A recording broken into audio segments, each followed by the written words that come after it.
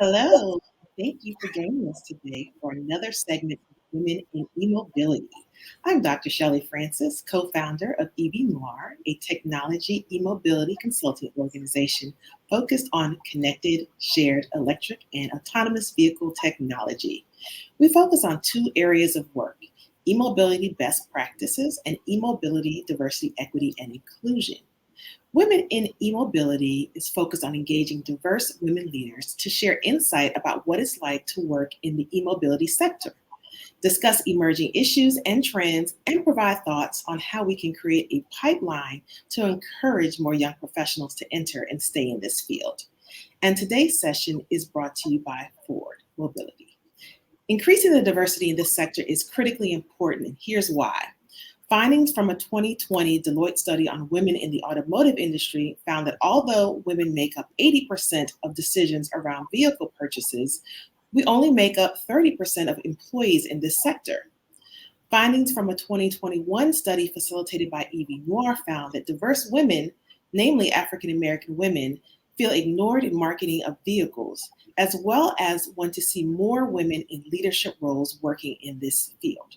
So when you think about diversity, equity, and inclusion in this sector, there's still a lot to be done, and we're committed to widening the tent and creating space and opportunities for diverse women to work in this industry. So let's introduce today's guest. Justine Johnson works on Ford Mobility's City Solutions team as head of mobility engagement for Southern California and the Southwest. She's working with municipalities and communities on mobility solutions that help move people and goods more efficiently and effectively. She's a proud native of Los Angeles, but has lived in New York City for nearly a decade, working on transportation initiatives in the administrations of two New York City mayors. While at the New York City Taxi and Limousine Commission, she worked on the Borough Taxi Initiative, also known as the Green Taxi Program, which created a new for hire vehicle and driver classification. Justine also has experience working at the New York City Economic Development Corporation, managing government and community relations for New York City's commuter ferry system called NYC Ferry. She holds a bachelor's degree from Hampton University and two master's degrees from the University of Southern California. Welcome, Justine. It's great to have you on Women in E-Mobility. Thank you so much for having me. I'm super excited to be here today. Wonderful. We're also so excited to have you on today's episode. So let's dive into our discussion. We both work in e-mobility, and if you're like me, I came into the space via a non-traditional path. So in the sense that I'm not an engineer by training, however, my work in this area has evolved.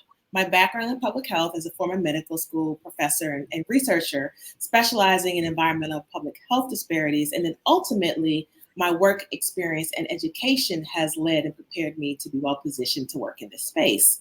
So tell us about your career and how it has evolved. How did you find your way into this sector of e-mobility and clean transportation? Was it in the plan all along, or was there a specific turning point that really brought you to where you are today? So honestly, I think very similar to your story and your background, I essentially fell into this role and fell into this space of transportation and mobility, and specifically e-mobility. I would say, for me, I went to planning school where I did urban planning and was always a little shy about transportation because it felt overly technical. It felt that it was, again, you'd have to be some type of engineer or architect to really have a space in the transportation and mobility arena. And so for me, I would say in many ways, going to New York City, I started working at the Taxi and Limousine Commission, and it was a super interesting time to actually learn about mobility. At the time, the commission was looking at a variety of different ways of how to move people, but also e-mobility had came up. How might we use electric vehicles to move people in a very long-standing taxi system in New York? So that was kind of me getting my exposure.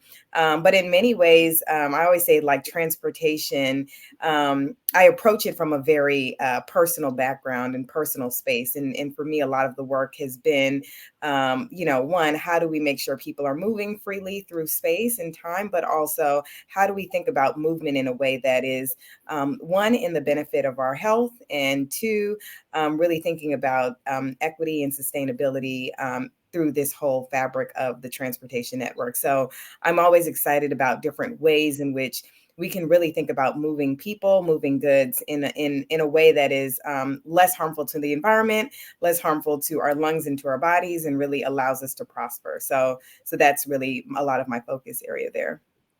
That's really interesting, Justine, and that's kind of music to my ears because as a public health professional, I'm thinking about that transportation and mobility from that lens as well. When you think about the social determinants of health and all the different factors that really are facilitating and impacting movement.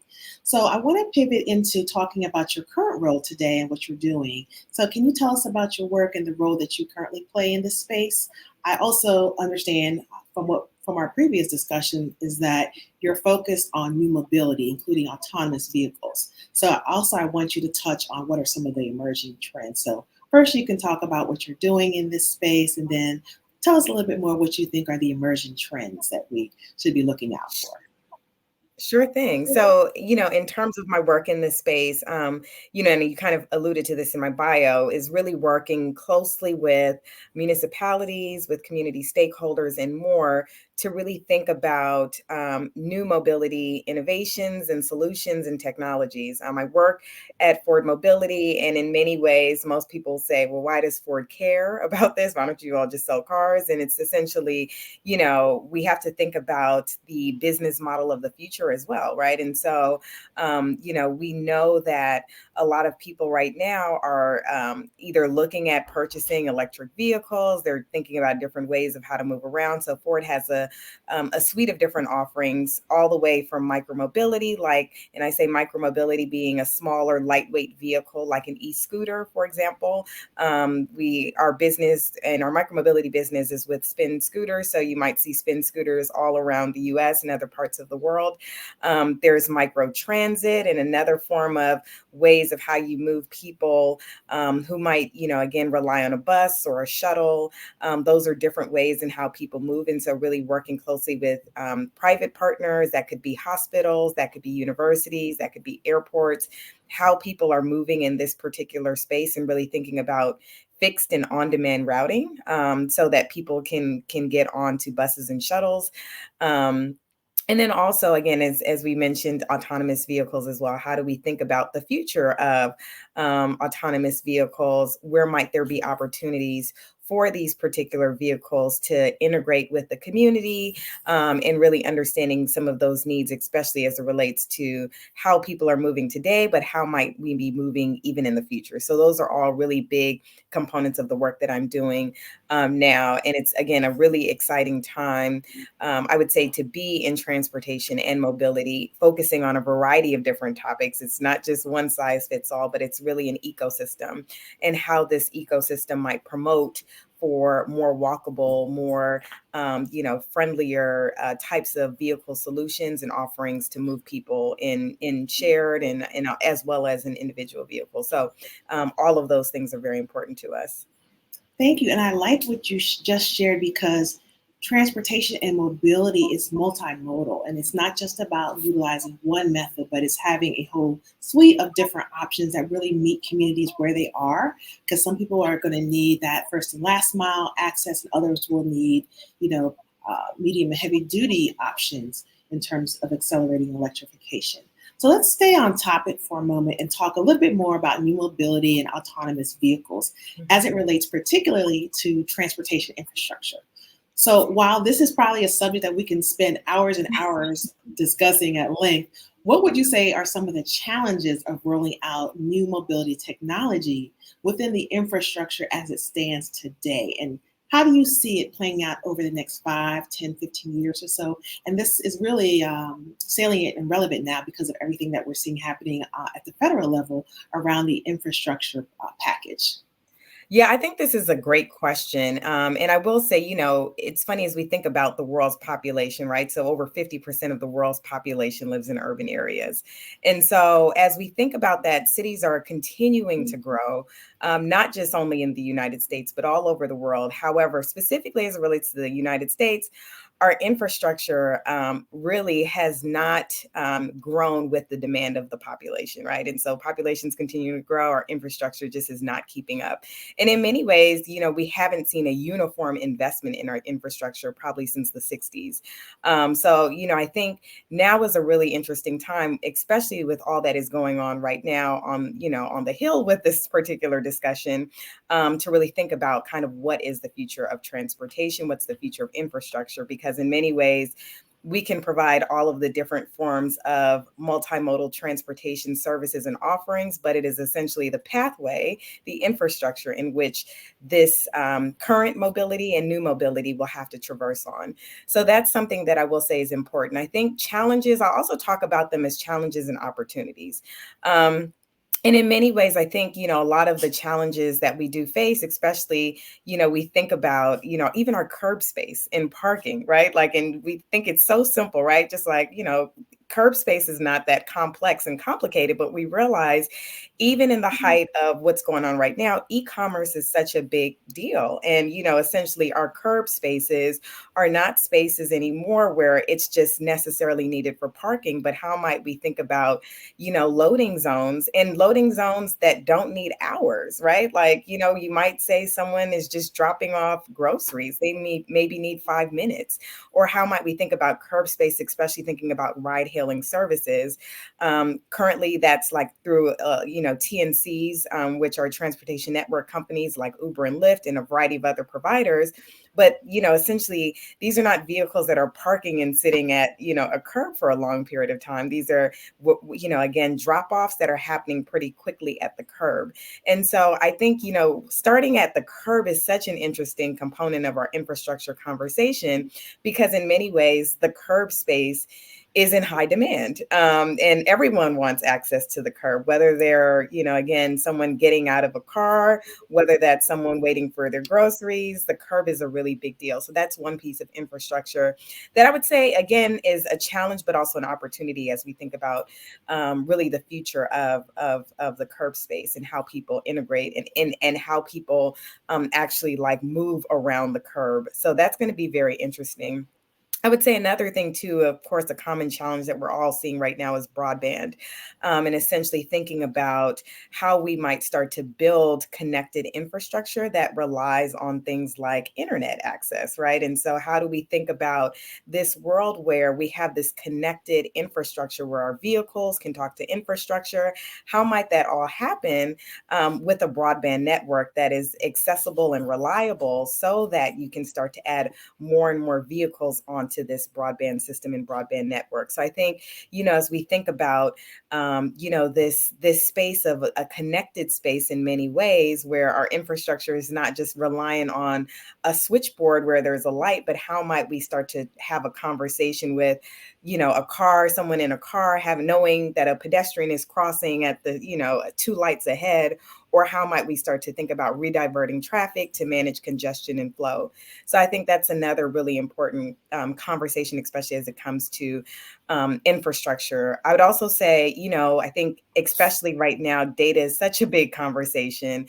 And I know a number of cities are thinking about like digitizing our public right of way. And how do you think about the digital space for our infrastructure? How might we start to collect even more and more data beyond, where cars are going, but how can we understand where traffic lights may be down? How can we start to think about things like signal timing and a variety of different aspects that might really help with allowing a city, with allowing, again, the users of the roadway to make even more safer and more informed decisions when operating, or whether they are in the vehicle altogether. So I think those are some really big components as we think about, the future of our infrastructure. I can go on for days on this topic, but, I think infrastructure is such a critical piece.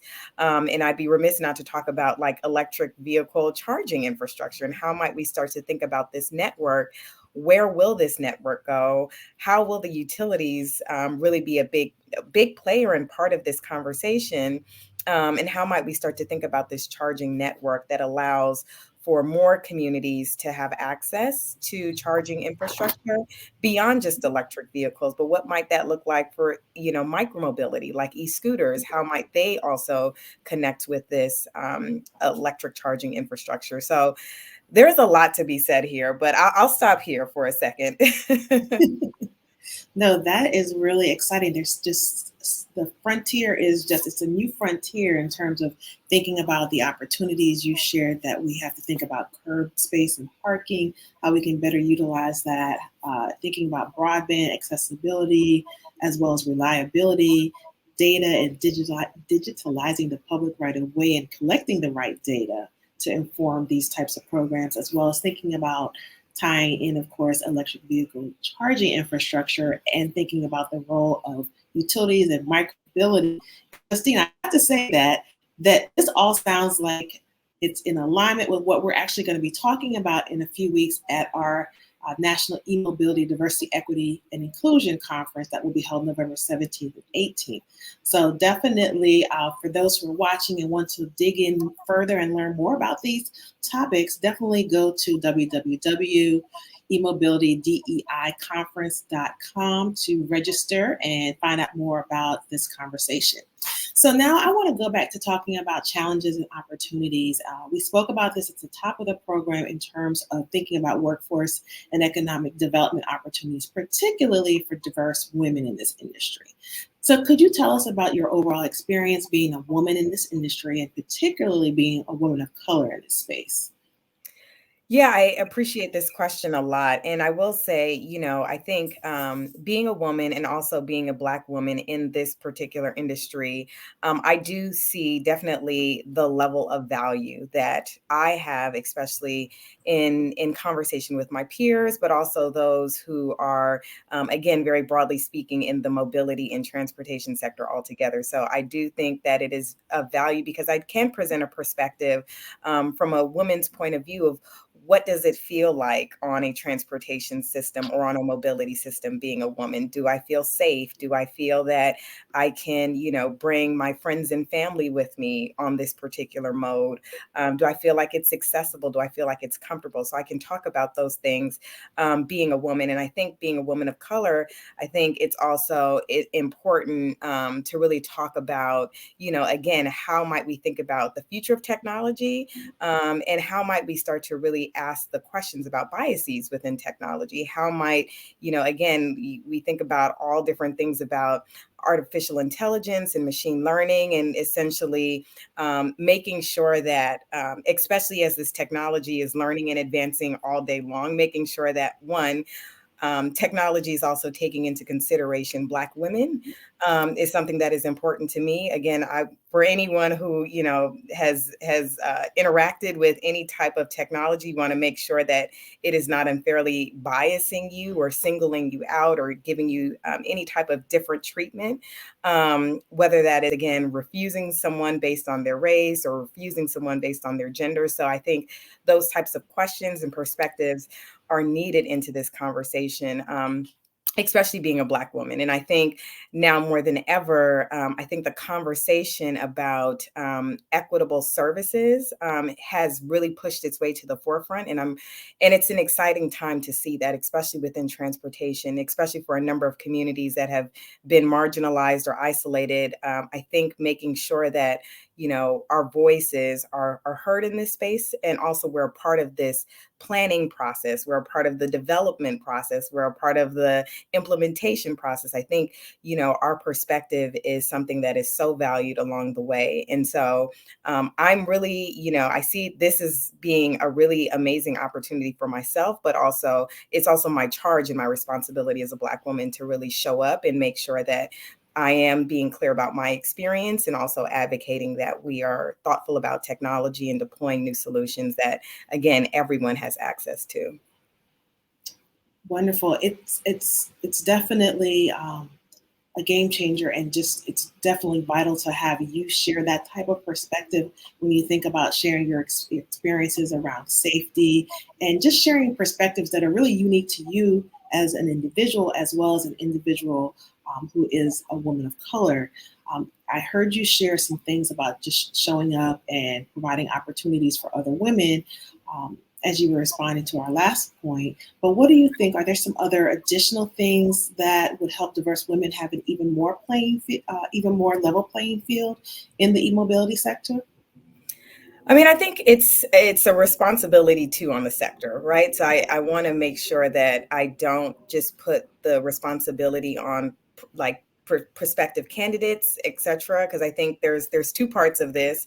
One, I think for the industry, the e-mobility sector, broadly speaking, I think it is one being intentional about hiring, retention, and promotion. I think that all of that is very important. And, I think in order to do that, you have to acknowledge what your fabric or your framework is built on. What is your foundation built on? And are those values holding true to what you're trying to do, especially as it relates to e-mobility, especially as it relates to equity and diversity? How are you needing to make adjustments to some of those values so that you can have a more inclusive space?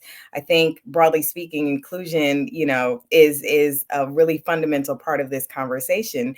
Diversity in many ways, we just can make those about numbers, right? And if we're not including different perspectives of women of color, if we're not including our point of view, and if we're not in a room where we can feel heard and acknowledged, then essentially this is not a great. I think, especially when you think about workforce development and you think about kind of the future of the EV and e-mobility space, it's not going to be valued if we're not actually thinking about those things. And so I think first it starts with a broader conversation of the sector, really to assess assess your own individual values as an organization, but then also think very broadly speaking, how might this be an opportunity to really address some of the concerns as it relates to the built environment, especially as it relates to how women interact with transportation, especially as how women interact with infrastructure. And again, adding another part to that, especially as women of color, how we, integrate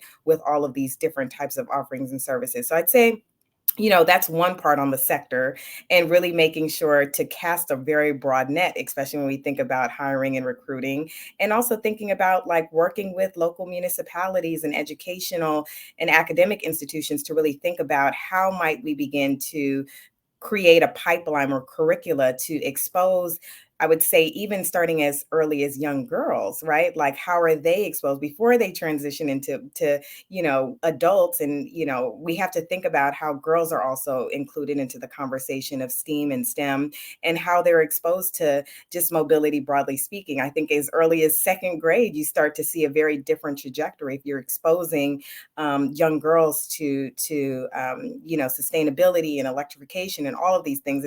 They're not concepts that are far away. They're actually much closer for younger people. I would say on the other side, for women who are currently looking to enter into this, into the e-mobility space, I think in many ways it is one, making sure that you acknowledge that you have a very unique perspective. Acknowledge, one, that you are able to really think about and really address a variety of different issues and topics as it relates to the future of transportation, as it relates to the current operations within transportation and mobility. So I would say, it's a dual process, but essentially everyone has a role to play in this space for sure. No, thank you for that. I certainly can relate to that. I think it is a multi-phase, multi-layered approach.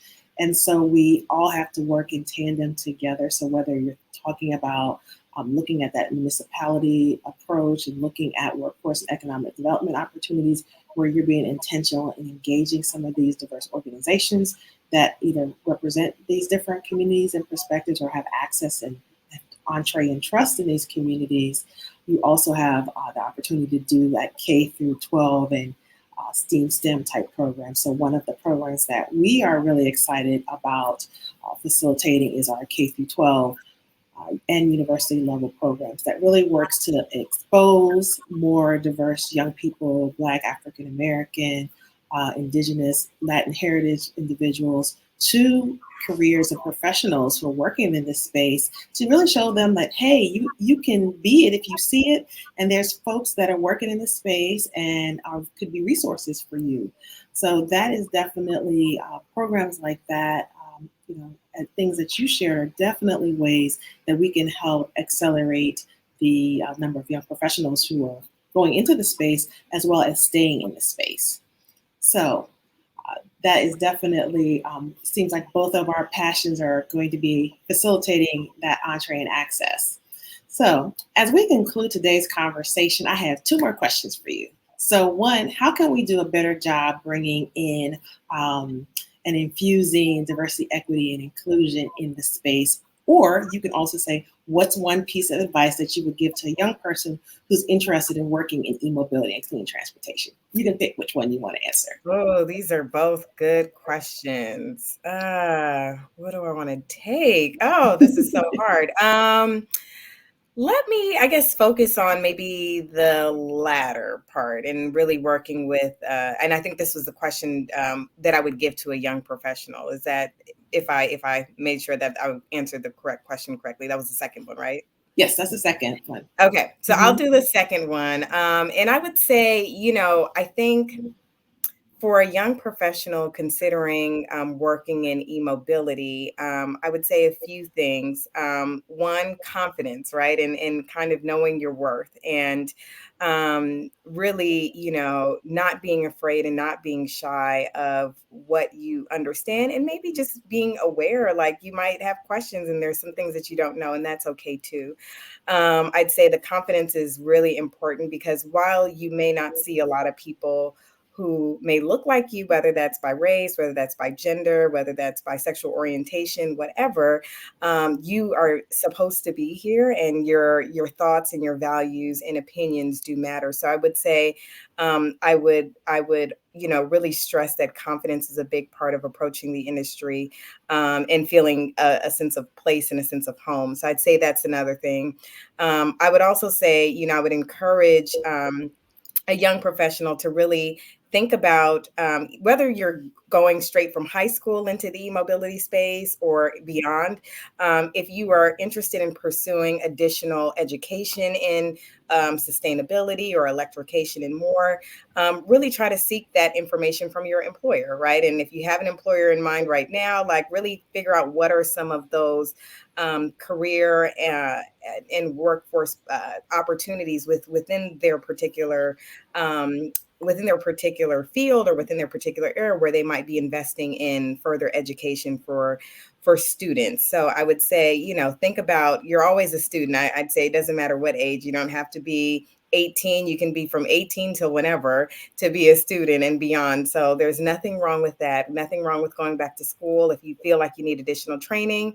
And school can look like a number of different things. It doesn't have to be a four-year university. It could be a trade school. It could be a variety of different things. So I would say that's an important part of this conversation. But I would say, lastly, to share your story, and really share why you care about working in the e-mobility space. And if you don't know what e-mobility is, ask the question, right? Like, hey, I found your company. It seems really cool. I've been learning something new about e-mobility. Can you tell me a little bit more? Don't be afraid to look for informational interviews with professionals who are already in the space. I think that's something that's really important. And as well as find a mentor, find someone who is willing to really support you and to stand strong with you through this process. So you're not alone and you have a number of people who have your back.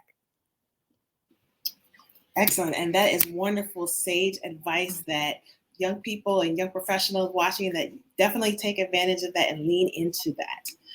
So, you've just shared so many wonderful and thought provoking content for us today to really consider and think about as we're moving forward in this electrified and AV shared connected future.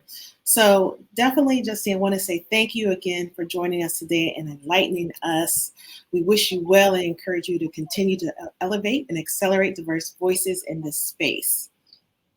Thank you so Yes. much to you, and thank you so much to Evie Noor for having me here today. I think these conversations are really important, and I look forward to seeing additional speakers as part of your Accelerating Diverse Voices series. So thank you so much for having me.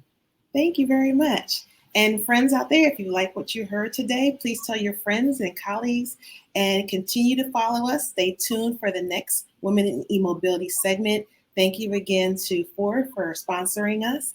And stay tuned for our next episode. Stay safe, everyone. Take care. And thank you again, Justine.